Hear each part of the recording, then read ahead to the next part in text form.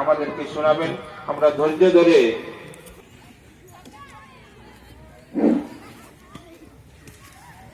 ধন্যবাদ হযরত মাওলানা মোহাম্মদ রাশিদুল হুসাইন সিদ্দিকী। এতক্ষণ আল্লাহ, রাসূল, উলিয়া মুর্শেদ সম্পর্কে যে মূল্যবান আলোচনা রাখলেন, সুন্দর সুন্দর কথা বললেন। আজকে আমাদের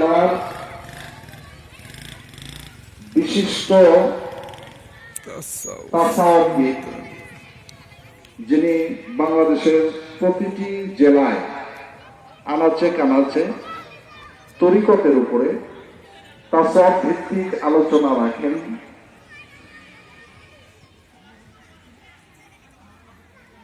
তিনি হলেন হযরত মাওলানা মোহাম্মদ মুফাজ্জল হুসাইন আল চিশতি নিজামী।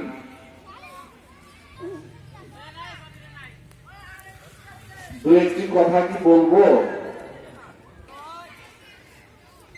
শুধু বসে বসে গল্প করার মতো দু একটি কথা বলতে চাই, যা পাই। হ্যাঁ বলো। হ্যাঁ আহমদ মুস্তফা মুহাম্মদ মুস্তফা সাল্লাল্লাহু আলাইহি ওয়াসাল্লাম। আচ্ছা ঠিক আছে। আচ্ছা, এই পবিত্র কোরআন শরীফের মধ্যে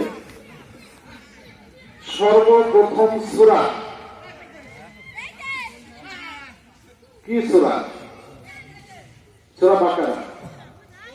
এই বাকারার প্রথম আয়াতটা আমার মনে হয় আপনারা বেশিরভাগ মানুষই জানেন, তারপরে আমি একটু স্মরণ করিয়ে দিতে চাই।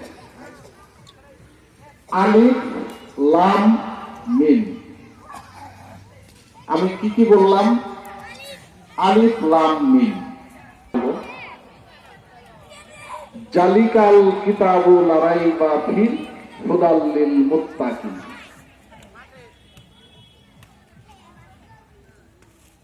দেখেন কত সহজে বলে ফেললাম।